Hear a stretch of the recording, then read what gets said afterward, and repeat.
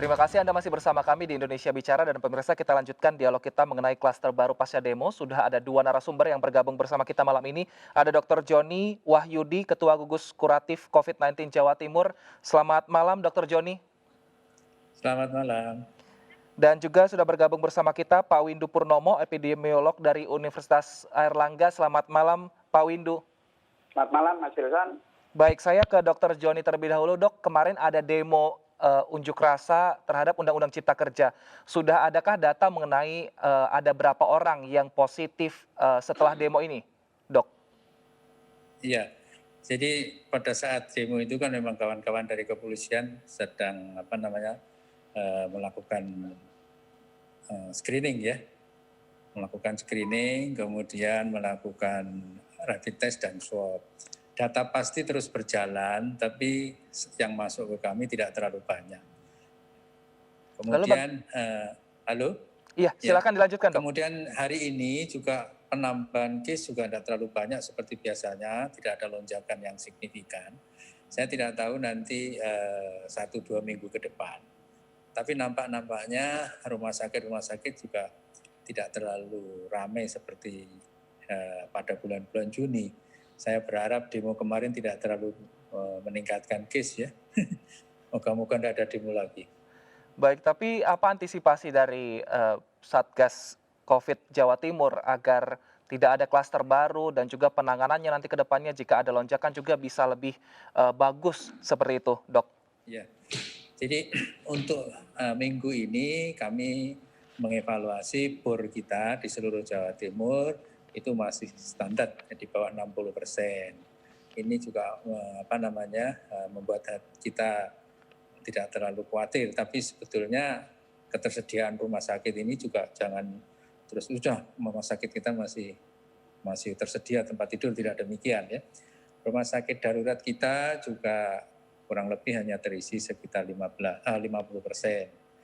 Jadi rumah sakit darurat itu khusus yang positif, kemudian rumah sakit rujukan juga demikian.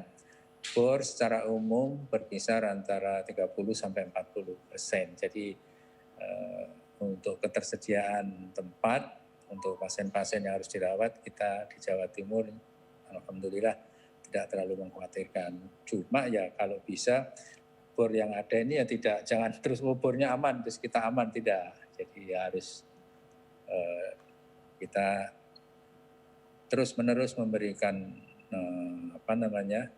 edukasi pada para pendemo ini. Sampaikanlah aspirasi itu melalui jalur-jalur yang tidak membuat keributan yang potensial akan menimbulkan masalah untuk pandemi COVID ini. Begitu. Baik, saya ke Pak Windu. Pak Windu, bagaimana seharusnya pihak dari Pemprov Jawa Timur maupun juga Satgas dan juga pihak pendemo melakukan apa agar nantinya tidak malah justru membuat klaster baru setelah demo, Pak Windu? Ya, jadi seharusnya begini ya, semua pihak ya, terutama juga para pendemo ini, di sana kan ada para korlap ya, para tokoh-tokoh masyarakat atau tokoh politik di belakang para pendemo ya, para pimpinan buruh, pimpinan mahasiswa, ya seharusnya mereka ini semua ikut bertanggung jawab atas keselamatan kita semua ya, karena ini masa pandemi. Jadi demo itu boleh ya, karena demo itu adalah salah satu ekspresi di negara demokrasi ya, tetapi tentu caranya ini yang harus dipahami, bahwa kalau cara-cara yang dipakai seperti yang sekarang ini, tentu di tengah pandemi ini maka akan muncul klaster-klaster baru yang artinya kemungkinan muncul klaster baru itu akan besar ya. Jadi itu risiko tinggi, jelas itu, karena tidak mungkin ada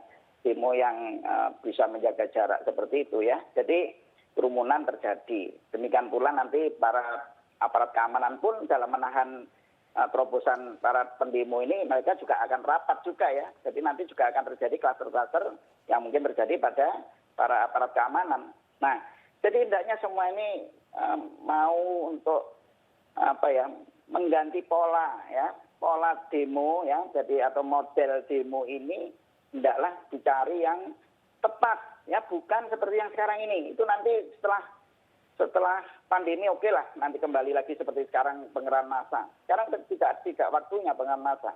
Ya, jadi sekarang semua harus menahan diri, ya. Dan kemudian pemerintah juga tentu harus bisa mempersuasi para pendemo ini untuk melakukan hal-hal yang tadi. Jadi cukup para wakil datang membawa aspirasinya ya ke apakah itu ke pimpinan daerah, Baik. ke pimpinan DPRD ya. Jadi bukan membawa pengerahan massa seperti sekarang ini. Ya itu. Baik Pak Windu, tapi meskipun saat ini untuk tracing dan juga testing masih dilakukan oleh Satgas dan juga Pemprov dari Jawa Timur, tapi untuk saat ini dikatakan bahwa di daerah Jawa Timur tidak ada zona merah. Sekarang hanya oranye, kuning dan juga hijau. Apakah ini memang Jawa Timur dikatakan sudah melewati puncaknya dari pandemi COVID-19 ini, Pak Windu? Warna hijau belum ada ya. Belum ada, sudah lama sekali Jawa Timur tidak punya daerah kabupaten kota yang berwarna hijau ya. Jadi yang sekarang ini adalah oranye dan kuning ya. Tetapi ingat loh ya, bahwa sebetulnya jadi gini, ini tentu adalah sebuah prestasi ya, bahwa sudah berbulan-bulan Jawa Timur ini ada banyak daerah yang merah ya. Sekarang sudah oranye, tetapi ini kan oranye dan kuning ya. Tetapi ingat bahwa situasi epidemiologi seperti ini itu sangat dinamis ya. Kalau kita tidak jaga ya bisa kembali lagi ya. Kenapa? Nyatanya ini kan sudah 2 minggu berturut-turut ya, tidak ada yang merah 2 minggu berturut-turut.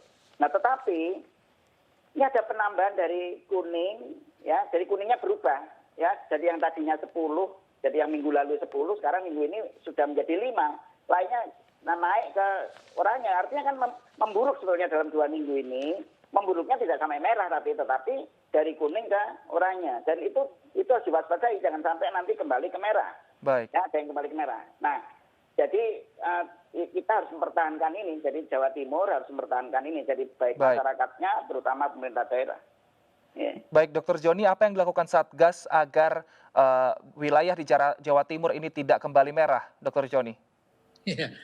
Iya, jadi nomor 1 Perda untuk operasi justisia sudah ada, ya. Sehingga kawan-kawan dari polisian, dari TNI, dari Satpol PP bisa setiap hari ya, melakukan penegakan protokol kesehatan. Bapak Kapolda, Bapak Pangdam, Bapak Kepala Satpol PP itu selalu setiap hari komunikasi dengan kita, dan alhamdulillah dengan penegakan operasi justisia ini, jadi operasi penegakan protokol kesehatan ini, alhamdulillah rate of transmission dari Jawa Timur ini kurang dari 1. Beberapa hari yang lalu naik, kemudian sekarang 0,99 lagi, ini menyenangkan. Juga kasus aktif saya kira di Jawa Timur juga ini yang aktif 6,13% ya, jadi alhamdulillah kita sudah mulai turun. Tapi ke depan kita selalu mengharapkan masyarakat menegakkan protokol kesehatan, karena keywordnya seperti itu. Rumah sakit untuk Jawa Timur atau layanan kesehatan, isolasi, karantina boleh dikatakan ready saat ini. Boleh dikatakan ready saat ini karena bor kita tidak melampaui 60%. Jadi demikian obat-obat juga demikian, bantuan dari gugus tugas pusat, bantuan dari provinsi, pengadaan langsung oleh rumah sakit, oleh pemerintah daerah, kabupaten kota juga tidak ada masalah, karena kami punya WA group, kami punya aplikasi untuk saling komunikasi seluruh rumah sakit di Jawa Timur dari 127 rujukan. Setiap saat kita bisa komunikasi, juga komunikasi antar kepala daerah, kami ada di dalamnya situ. Ibu Gubernur selalu memberikan masukan-masukan, warning-warning kepada seluruh kepala daerah untuk tetap ya, kalau ada masalah kita diskusikan bareng-bareng. Jadi seakan-akan Jawa Timur itu menjadi satu. Nah, jika fasilitas sudah ready, bagaimana dengan perilaku warga di Jawa Timur? Apakah sudah memang semuanya bisa memahami bahaya dari COVID-19 ini dan kemudian akhirnya menerapkan protokol kesehatan, Pak? Ya. Kami di Sutomo mau punya survei kepada pasien dan keluarga pasien. Dari segi pengetahuan, dari segi attitude, maupun segi tindakan tentang coronavirus, ternyata hasilnya semuanya baik. Ya, hasilnya semua baik. Ini survei di tempat kami di rumah sakit kepada pasien dan keluarganya. Jadi memang harus diakui untuk melakukan penyebaran sosialisasi tentang pengetahuan, keterampilan maupun attitude dari masyarakat untuk tetap menegakkan protokol kesehatan itu tidak gampang. Tidak gampang. Pakai masker aja itu suatu siksaan sebetulnya, ya kan? Saya pakai masker ini karena saya ada di ruangan dengan para kawan-kawan saya, ada murid-murid saya di sini. Jadi pakai masker. Ini suatu siksaan sebetulnya. Jadi apalagi di masyarakat, coba bayangkan lagi kegiatan berdagang di pasar harus pakai masker. Itu kalau betul-betul tidak suatu kesadaran yang luar biasa, mereka akan copot masker atau maskernya taruh di dagu.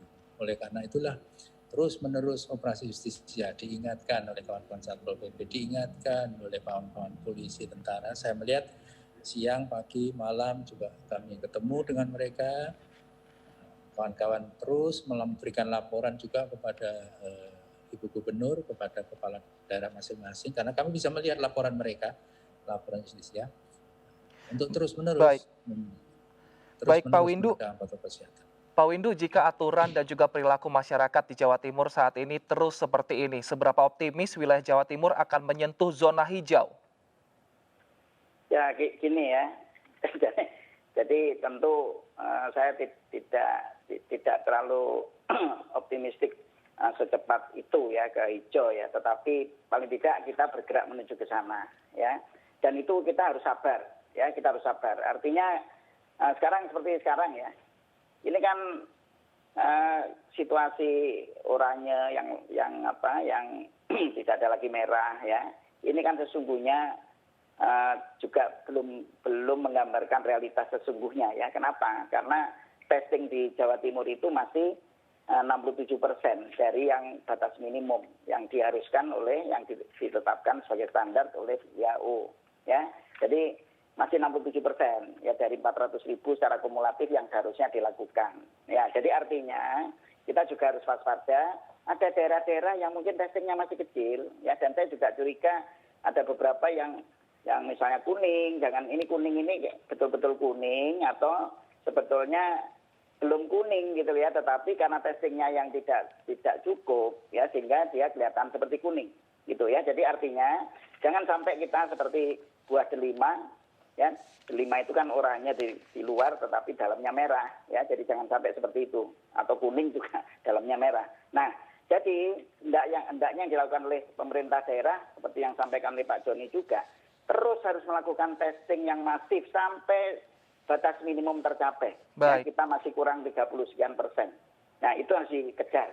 Baik, Dr. Joni masih mengejar 30% lagi. Kapan ini akan direalisasikan sehingga angka di Jawa Timur ini bisa terus turun? Iya, tapi kalau trennya itu terus turun begini, transmission rate, kan pasti turun-turun terus ya. Pasti turun-turun terus ya.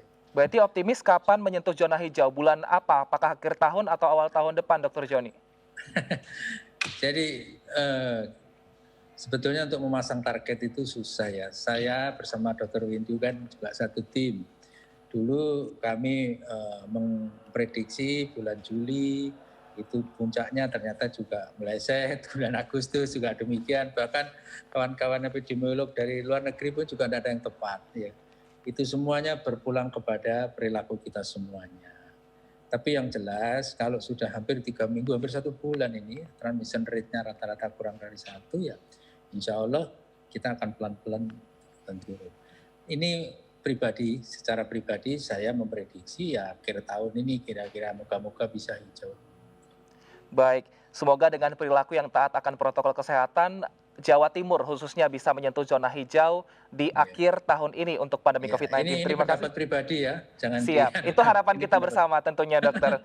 Terima kasih Dr. Joni Wahyudi, Ketua Gugus Kuratif COVID-19 Jawa Timur telah bergabung bersama kami, dan juga Pak Windu Purnomo, epidemiolog dari Universitas Unair. Terima kasih atas waktunya di Indonesia Bicara. Dan pemirsa, demikianlah pembincangan kita dalam Indonesia Bicara hari ini. Mewakili seluruh kerabat kerja yang bertugas, saya Wilson Purba undur diri, MNC News Channel, Berita Pilihan Indonesia. Terima kasih, sampai jumpa.